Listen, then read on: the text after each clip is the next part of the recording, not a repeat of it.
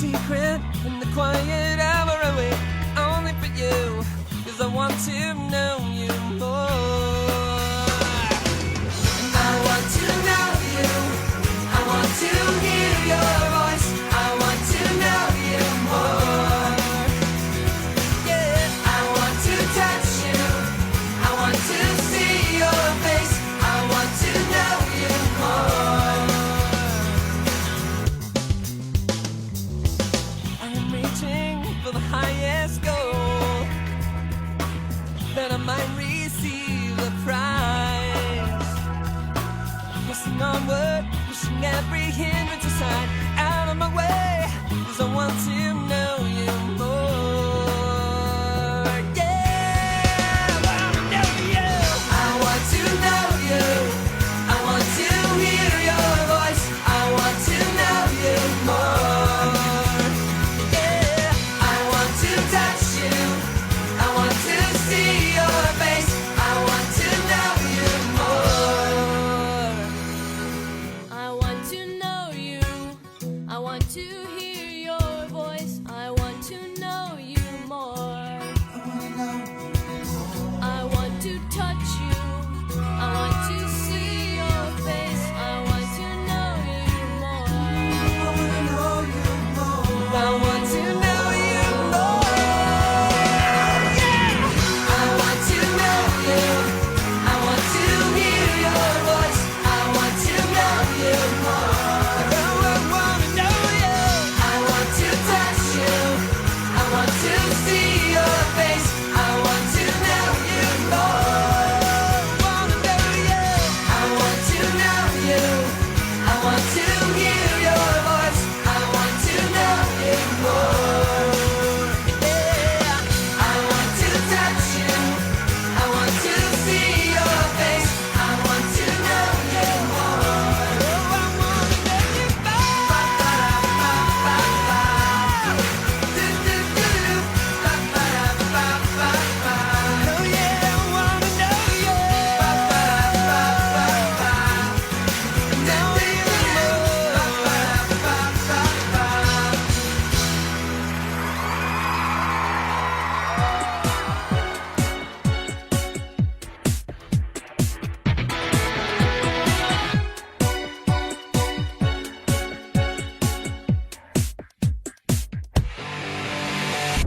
I wanna grow up to be like Jesus, to do what he teaches and shine the light. I wanna grow up and go where he leads me, walking the way that I know is right. I wanna grow up to be like Jesus, to do what he teaches and shine the light. I wanna grow up and go where he leads me, and walking the way that I know is right. Yeah, I wanna grow up right. Good morning, Rise Church. So on Tuesday, we'll have our boys meetup, which is Fortnights. And if you're a young guy who wants to be involved, please jump in, please get involved. It's a great time. We go through the book of John, and then we play video games. So we hang out a little bit, go through the book of John, do some reading for a chapter or two, and then we play video games together. And it's always a great time. We end up hanging out way past the deadline every single time. We're just hanging out, having a good time. If you have a friend that wants to be involved, or if you are not involved and maybe you think that's something you'd want to do, play video games, read the gospel, I mean, hey, sounds like a good time, and it is. Feel free to jump in. You can email me at nextgen@therisechurch.com, and that goes for both of our groups. And for our next group, it's again Tuesday at 7 p.m., not this Tuesday though, next Tuesday, and that's Bloom. And last week, the girls kept wanting to play video games together like the boys, so that's what we did. We read through a story in the Bible, and then we played video games together. It was a great time. It was really fun, actually, and I look forward to doing stuff like that in the future. Maybe we'll throw that into the rotation. But for the girls' night, it's a really safe place. If you're a young girl who wants to get involved, feel free to jump in. We want you there. It's a great time. And honestly, we have so many games every week that are so unique, and it really gears towards remembering the scripture. It's a great place to grow. It's a great place to learn. It's a safe place to ask questions. So be involved if you want to. Jump in. Again, you can email me at nextgen@therisechurch.com for more information on that. And that's it for announcements, but we're going to go to worship, and after that I'll have a message for you guys. So I'll see you in a minute. Okay. It's a new day, and I'm feeling so alive with you. I'm feeling so alive with you. You're making all things brand new. So crazy to believe that nothing's ever gonna come between all the love that you have for me. It's a new day, and I'm feeling so alive with you. I'm feeling so alive with you.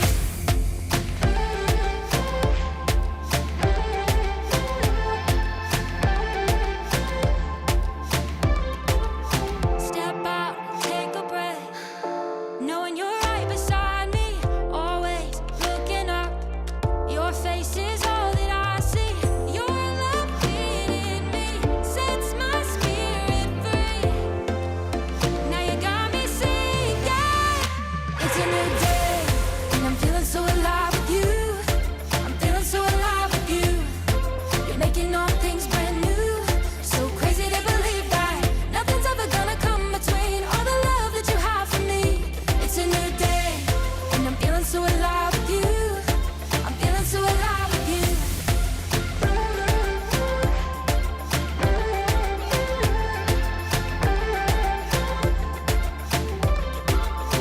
You hear every word. God, I know you're listening. You know every hurt.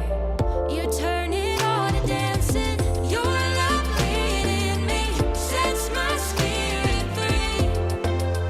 Now you got me singing. It's a new day, and I'm feeling so alive with you. I'm feeling so alive with you. You're making all things brand new. So crazy to believe that nothing's ever gonna come between all the love that you have for me. It's a new day, and I'm feeling so alive with you. I'm feeling so alive with you. I'm feeling so alive with you. It's all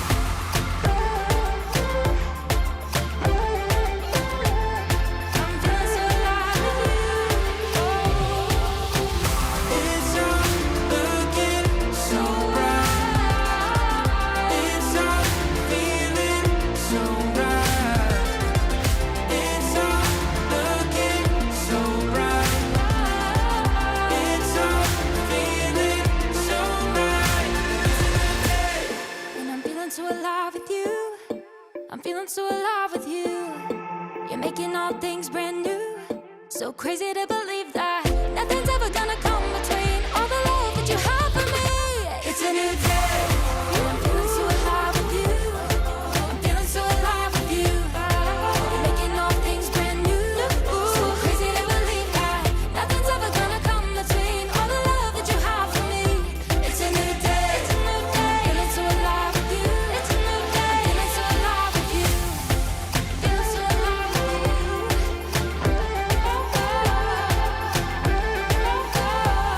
with you. I'm feeling so alive with you.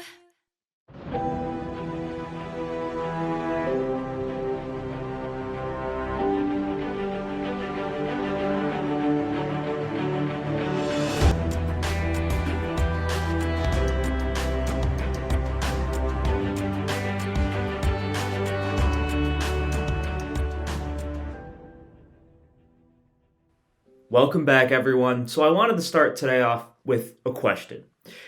Have you ever had to walk through something in life and felt like totally uncertain and scared about it?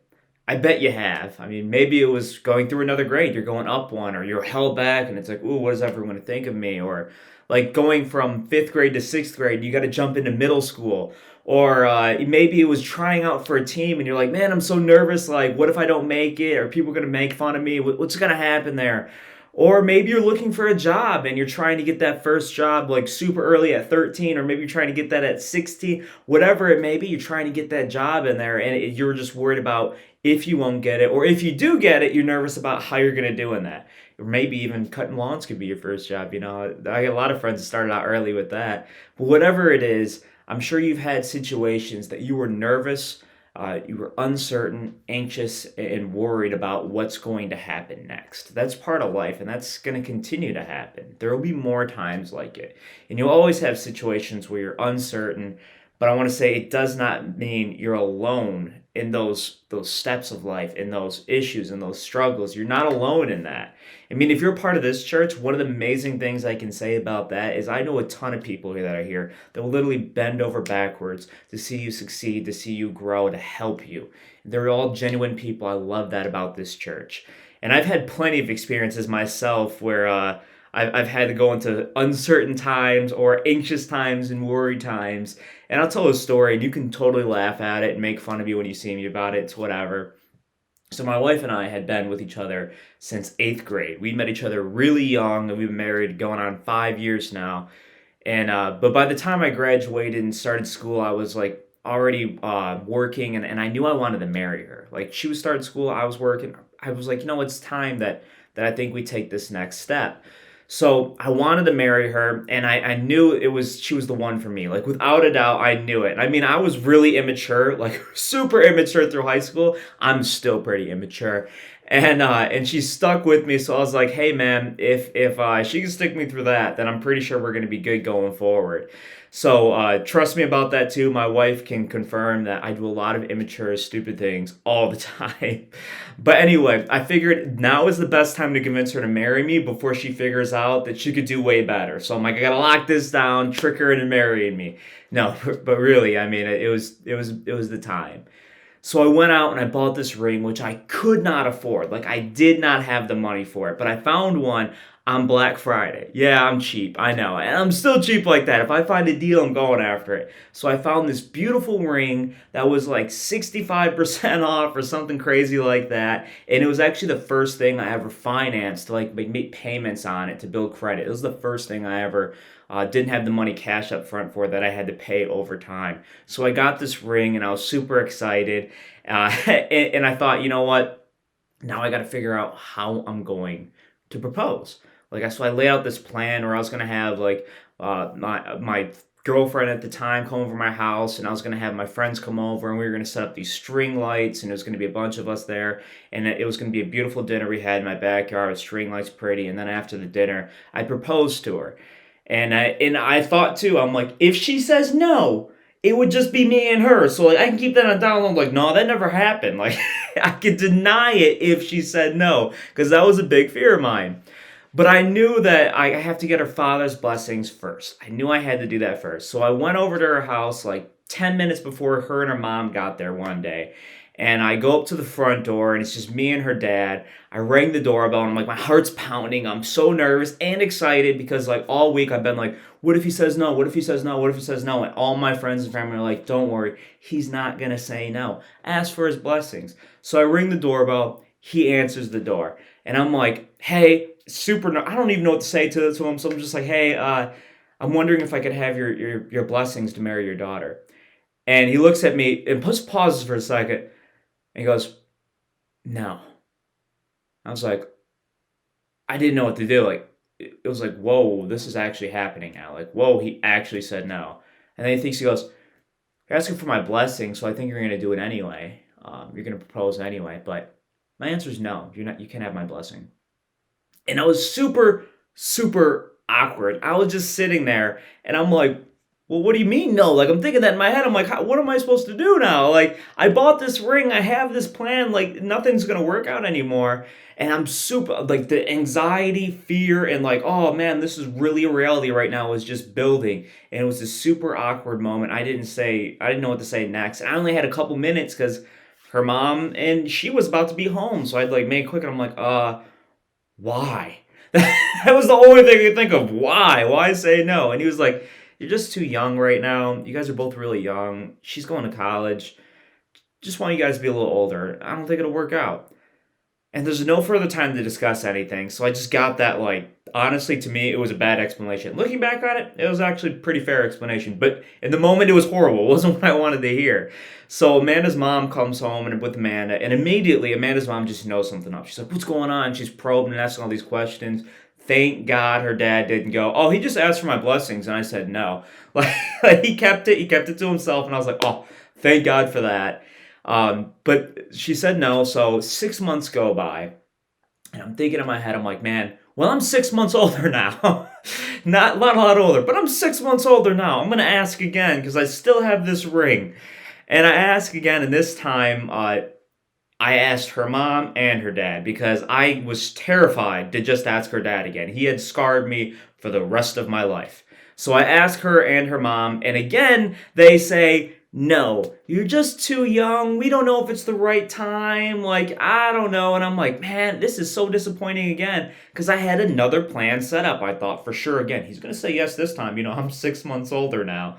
And so I thought I had this great plan played out to where I was going to go on this hot air balloon ride. And while we're up there, I was going to give her this speech or whatever. And tell her, like, look over there. Like, look what's over there on that. Like, read that. And it was going to be, I paid the people at the hot air balloon place, put up a sign that says, will you marry me? And she was going to turn and I'd propose. And had this great plan that I had paid for and everything. And now I'm out of more money again. And I'm broke already. So I'm like, man, this can't keep happening to me. Like, I'm so nervous and scared every single time, and I'm planning all these things out to make sure it's going to be good, and then it doesn't come through, and I'm like devastated each time. And then before I left on that time, though, her mom grabs me and goes, you know what? If you wait 6 more months until December, winter time, you don't have to ask again. You have our blessings on one condition. It's a long engagement, and you wait till you actually get married until after she's graduated school. So I very happily agreed to that because that means at least I could propose and be on my way to marry her. I was very, very happy about that. So I said yes to it. I'll wait. We'll have a long-term engagement or whatever. So then I go to the actual proposal once 6 months go by and I'm getting ready. And again, I'm super nervous because now I'm like, well, I have their blessings. Everyone says she's going to say yes, but everyone said her parents would say yes, not once, but twice.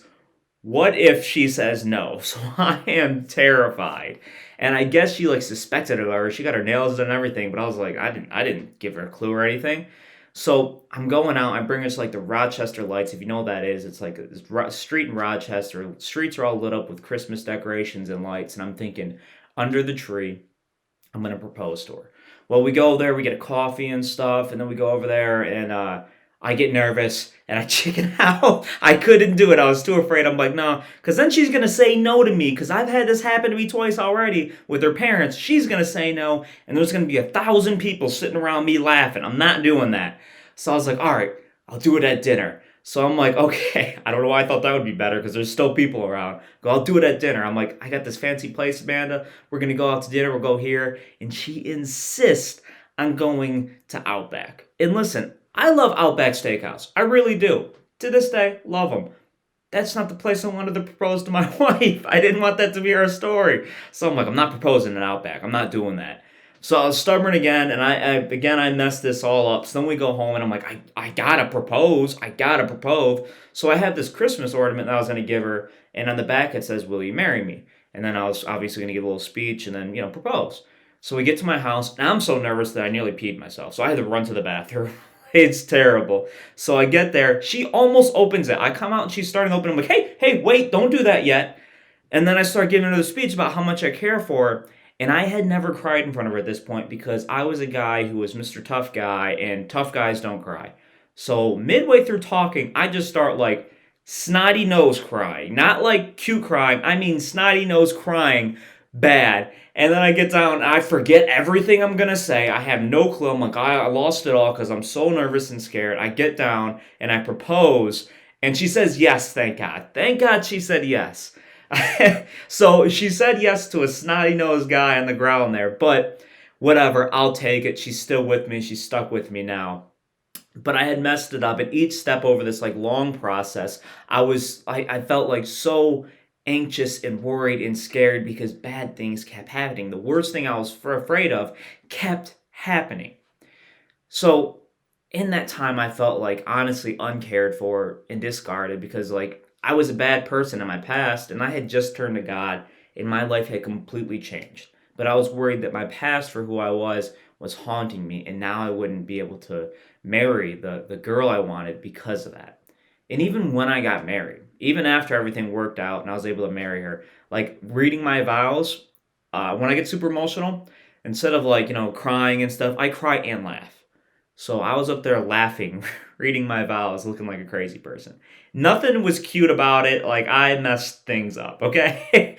But the point I'm making is I'm telling you a story that there was a lot of times over that year-long process and even the 3-year engagement where I felt like I was alone, where I felt like I would never get to marry her. The goals I set out would never come true. And there was times through the 3-year engagement where I was so broke trying to scrap up any money I could to pay for this wedding. I mean, it was not easy. There was so many times of uncertainty. But in times of uncertainty and struggle in life, I would always turn to God. And that taught me something amazing. That whatever storm you're in, whatever struggle you're in, whatever problem you're in, you have to turn to Jesus. You have to turn. So I would turn and see Jesus, and it was like everything would stop and slow down. And like I would start to realize like I'm in God's hands. And through that, the anxiety, the worry, the self-doubt, all of it would go away. So let me read out of John 6, where Jesus walks on water, and I'll be reading out of the NIV and starting at verse 16 and ending at verse 21. When evening came, his disciples went down to the lake, where they got into a boat and set across the lake for Capernaum. By now it was dark, and Jesus had not yet joined them. A strong wind was blowing, and the waters grew rough. When they had rowed about 3 or 4 miles, they were frightened. But he said to them, "It is I, do not be afraid." Then they were willing to take him into the boat, and immediately the boat reached the shore where they were heading. Now, when I read this at first, like years ago, my mind always went to like weird things when I first read the scriptures. So immediately I read that and I go, wait a minute, Jesus can teleport? I just read the other gospels to where he had to walk all these weird paths and stuff. I'm like, man, that was so much energy and time wasted. But in seriousness there, talking about that verse beside that crazy point, look at this the situation that the disciples were in. Like, it was dark. It was at night. They were kind of alone there. Jesus was not yet with them. So they thought like, hey, yeah, God's not with us. We're alone in this dark boat. And then it sounds to be like a rowboat because like they were rowing. So it's probably not this big giant boat or anything. And then a strong winded storm comes while they're 3 to 4 miles into their journey. So you're in the dark. No one can see you. You're 4 miles out. No one can hear you.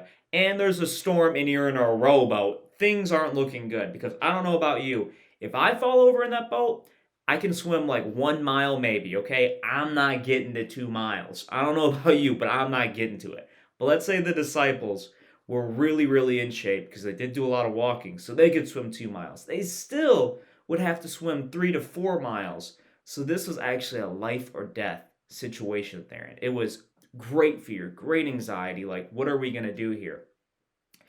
And they're in this life and death situation, and they see someone walking on water. So as if you weren't already scared enough, now you look up from the terrible situation you're in, and you see somebody walking on water, and you're like, "Whoa, what is going on?" And that they didn't recognize it was Jesus at first, even though they probably should have been able to figure that out. But he says, "It is I. Don't be afraid." And it even says that they were frightened by this, but he says, "It is I. Don't be afraid." And then they allow Jesus to get onto the boat, and then immediately they're at land. And this leads me to my first point. You may feel alone in the storm, but the point is you aren't alone in the storm. If you're alone in a storm, man, it makes things hard.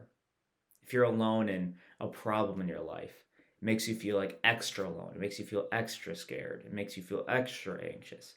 It makes things a lot scarier when you feel alone. But when you aren't sure about what you'll do next in life, whatever that next step is that you're doing, or whatever the problem you're in, what you're not sure to do next, think and remember that you aren't alone. You're not alone through this. You have a God who loves you and who will not leave you alone. He will not forsake you. And you have his children, your brothers and sisters in Christ, along you as well. And we love you as well. So you're not alone in whatever problem you're going through. And whenever you're going through an issue, here's what I want you to search for. I want you to search for Jesus. And notice that they saw him walking towards them. He wasn't walking along the way in like another direction. He was walking towards them. He was coming towards the problem they were in.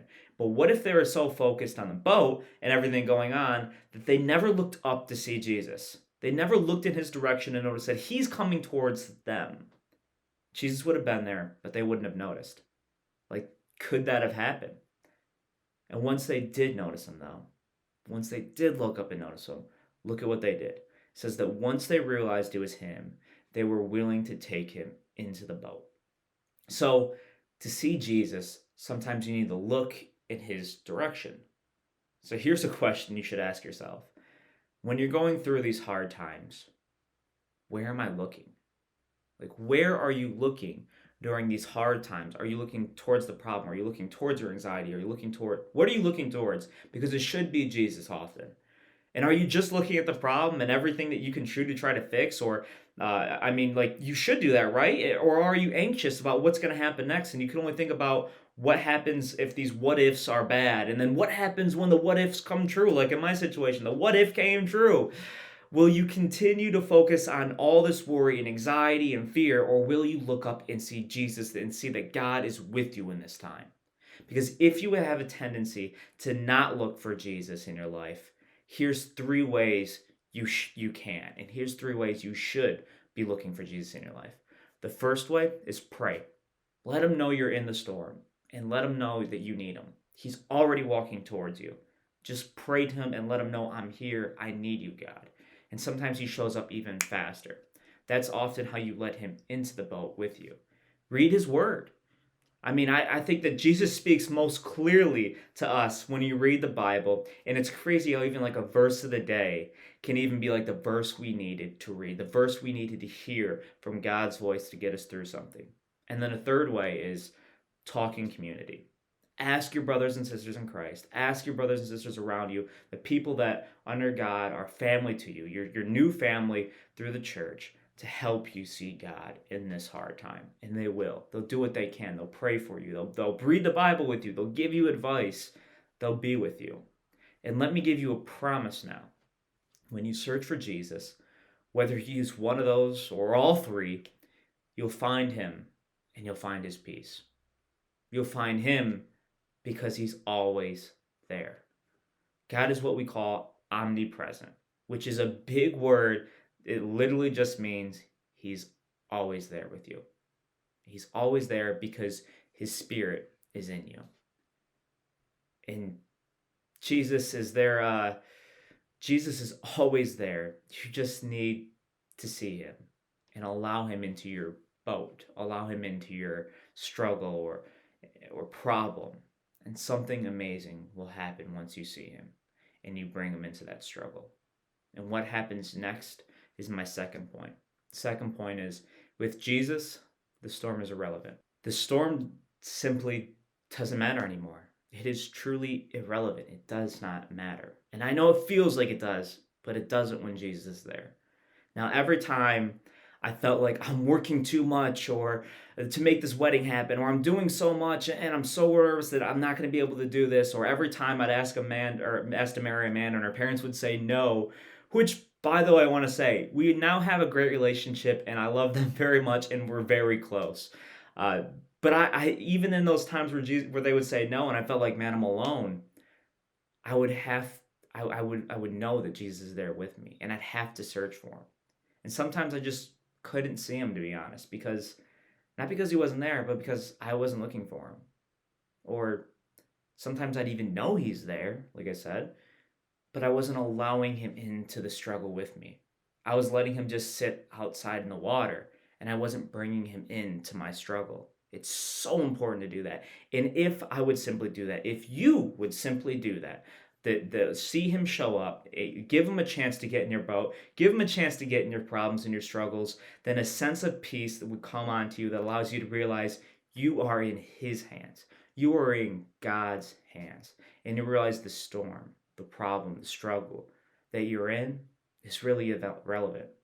It's irrelevant because nothing matters because you're in God's hands. You're in God's hands. You're not in my hands.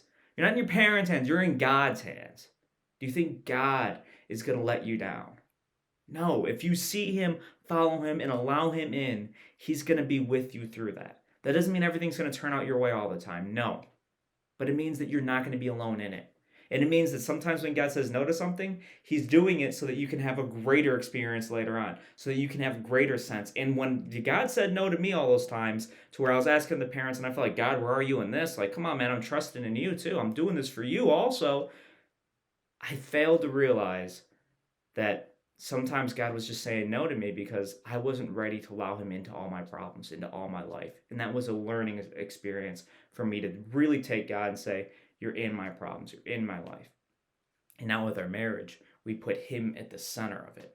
But I wouldn't have been able to do that if I didn't have to go through a situation like this.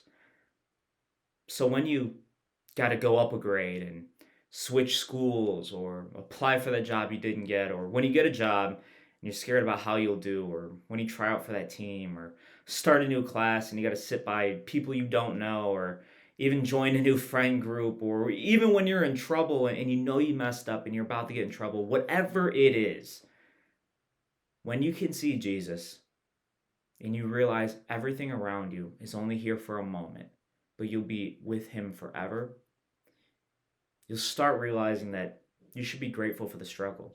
You should be grateful for the worry, for the good and the bad, because you have a God who will meet you in your storm. You have a God that's going to walk towards you in your problem. A God who, when he arrives, will bring you to dry land. That storm doesn't matter because when he hopped in the boat, bang, they were in dry land. What does that storm matter anymore? You're not on the water. You're not in the you're on dry land. And that's what happens when you allow Jesus into your boat. That's what happens when you allow Jesus into your life, into your struggles. You're on dry land. And you have a God who will bring you to that dry land. You have a God who will see you and remind you that you were his child. A God that he himself went through a storm for you, who walked across the lake, who walked across the problem, who walked across that storm to take your hand and to bring you to safety, to take your hand and bring you into his kingdom, his salvation. When you start to recognize Jesus in your storm and see him in it, dry land is near. Safety and comfort are near. The storm doesn't matter because you can remember you are in his hand. And if God is for me, who can be against me? When you see Jesus, the fear of the storm should be replaced by the safety of his hand. Let's pray. Father, I thank you for being a God that moves towards us in our struggle, moves towards us in our tribulation, our trials, all the things we have that's going on, our anxiety, our fears. You move towards us.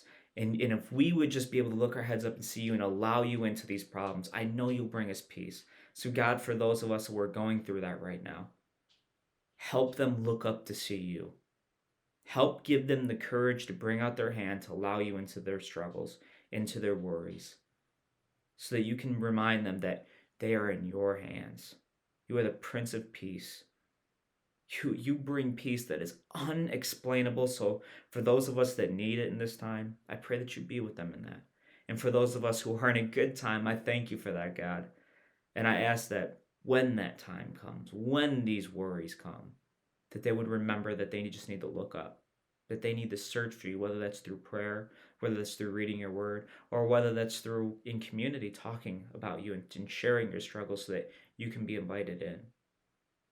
That they would remember these things so that when they go through this, they won't go through it alone, and they'll realize you are with them, and they'll find your peace, they'll find your comfort. We love you, Lord, and in your Son's holy name we pray, Jesus. Amen. So thanks, guys. Thanks for hanging out with me. I had a great time with you. I love you all. I hope to see you on the 17th. But in the meantime, happy 4th of July. I hope you have a great time. Enjoy the fireworks. It's going to be a beautiful day. Have a great day, y'all. Bye. Oh, that's great. Yeah, that's a perfect shot. Just hold it right there. Whatever you're giving me. That's awesome. Can I go get ready for the show now? No. I'm still setting up the shot. Okay. Ooh, this looks good.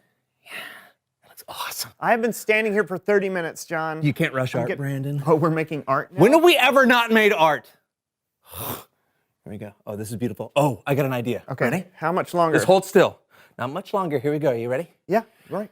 Yeah, You're going to zoom in, and then you're going to zoom out. You're going to zoom in, and then you're going to zoom out.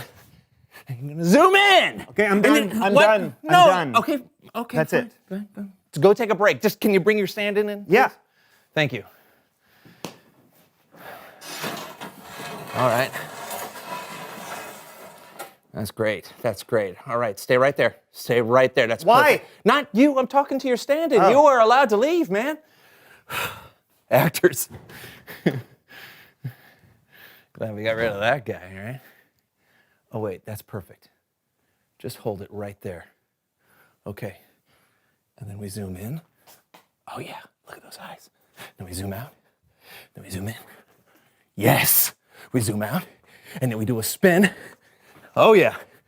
Oh, yeah, this is great. We go faster. Faster! Faster! Oh! Cut!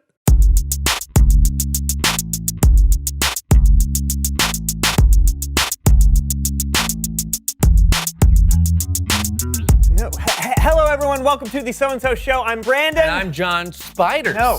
Horses. No. Nails on a chalkboard. No, John. John's trying to figure out what I'm afraid of. Nothing scares you. I can't think of anything. Sorry. What if your fingers suddenly turn into worms? Can't really picture that. Oh, here, I'll help. No, I think I'd actually find that pretty fascinating. Anyway, have we got a great show for you today? The power going out. No. Storms. Oh, no, I love thunderstorms. Can we do the show now? Sure. All right, so today. What about Oreos that have earwax filling? Oh. I find that disgusting, but it's not scary. Oh, well, we'll see about that. Because it's time for a game I call Fear the Filling. Fear the Filling. Here's how this game works. Someone has replaced the normally delicious filling from these Oreo cookies with a filling that may or may not be delicious. All we have to do is taste the Oreo and guess the right flavor. First one to guess two correctly wins the game, unless, of course, you fear the filling. I don't think so. Let's play. That's great. Filling number one. Ooh, he's scared? No. I am terrified. Ooh.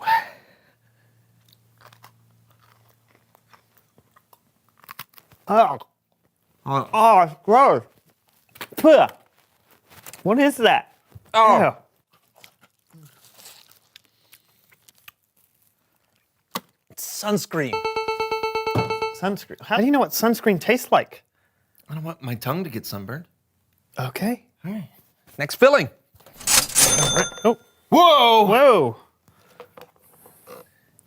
Oh man, they're red. You scared? No. I want to run away screaming. Okay. Oh, hot, hot. Ah, Strawberry? Oh! no. No, it's some kind of hot sauce. No. Okay, fine. All right. Can I have some milk, please? I got it right. Oh. Wasn't that hot. You gonna be okay? Next filling. All right. Oh, it's green. Yeah. No, Nate! Don't touch that. It's green.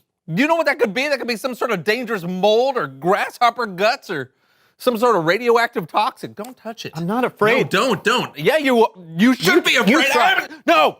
Brandon, no!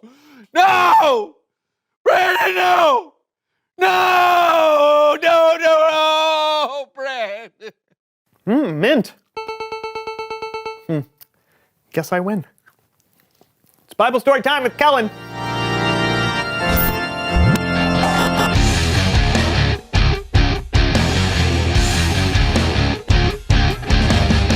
Hey guys, What's up, Kellen? You got a story for us today? is this segment called Bible Discussion Time with Kellen? No, it is not. Then yes, I've got a story. Oh, actually, Kellen, can I help tell the Bible story today? I have a feeling I can make it more scary. I can make it more cinematic, which would be really terrifying, gratifying to our viewing audience. You know, I'm a budding filmmaker, right? I've heard something of the sort. It's true. I'm trending on Twitter. Listen to what people are saying.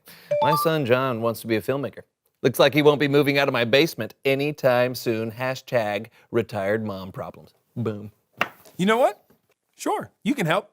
But do you mind if I do a little setup though? No problem. Okay. Sometime after Jesus died and when he came back to life, There was a guy named Saul who was going from place to place finding people who believed in Jesus and throwing them in jail.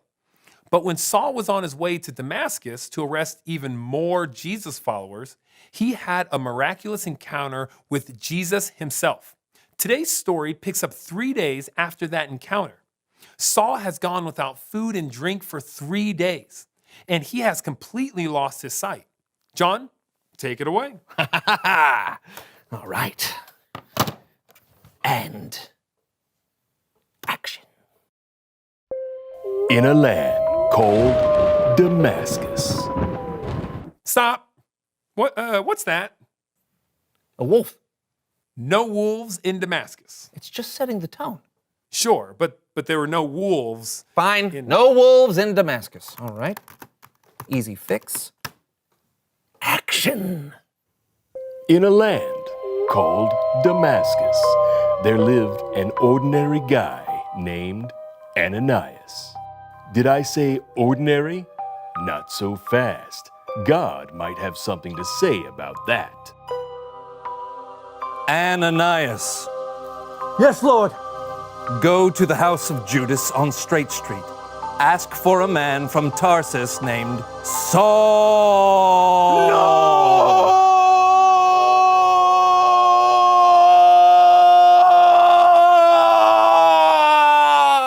Scary, right? It's not too bad. All right. You asked for it. Lord, I've heard many reports about this Saul. He's come to Damascus to arrest your people like me. Surely you don't want me to go to him. Go!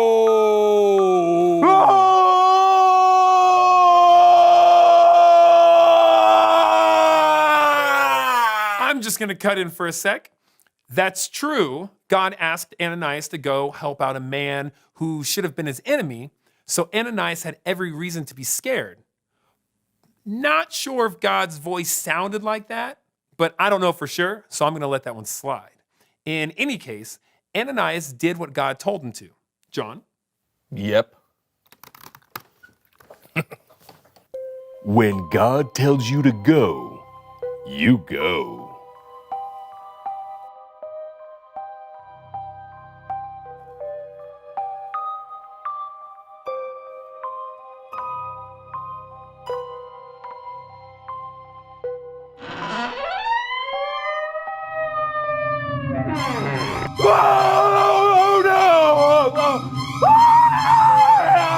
Wait.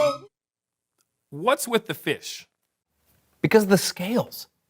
The scales. Oh, okay, fine. Carry on. Would Ananias let fear stop him from doing what God wanted him to do? Brother Saul, the Lord has sent me to you so you will be able to see. You will be filled with the Holy Spirit. Something like scales has fallen from your eyes. That's really great. Though, just in case you were wondering, Saul probably didn't have fish on his face. Just trying to be biblically accurate, Kellen. Yeah, so Ananias helped Saul see again.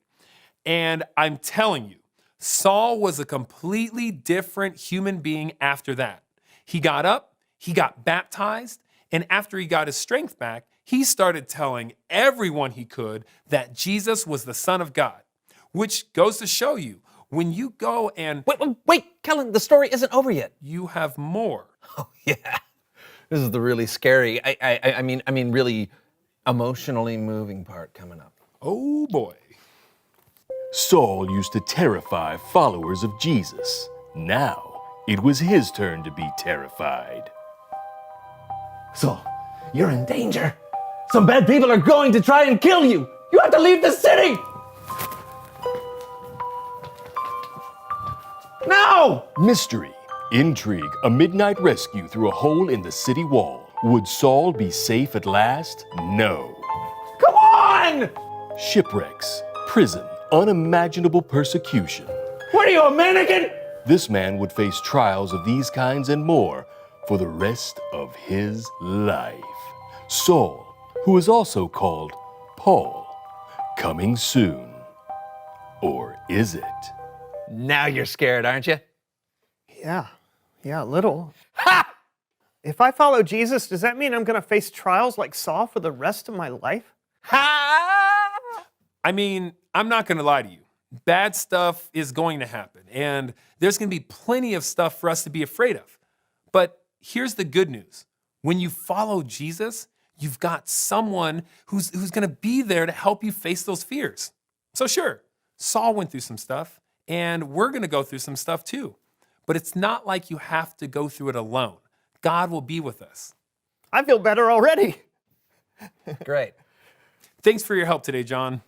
Yeah, you're welcome. Hey, let's do it again next week. I mean, that would be terrifying. I can't think of another word. Bye. Later, Kellen.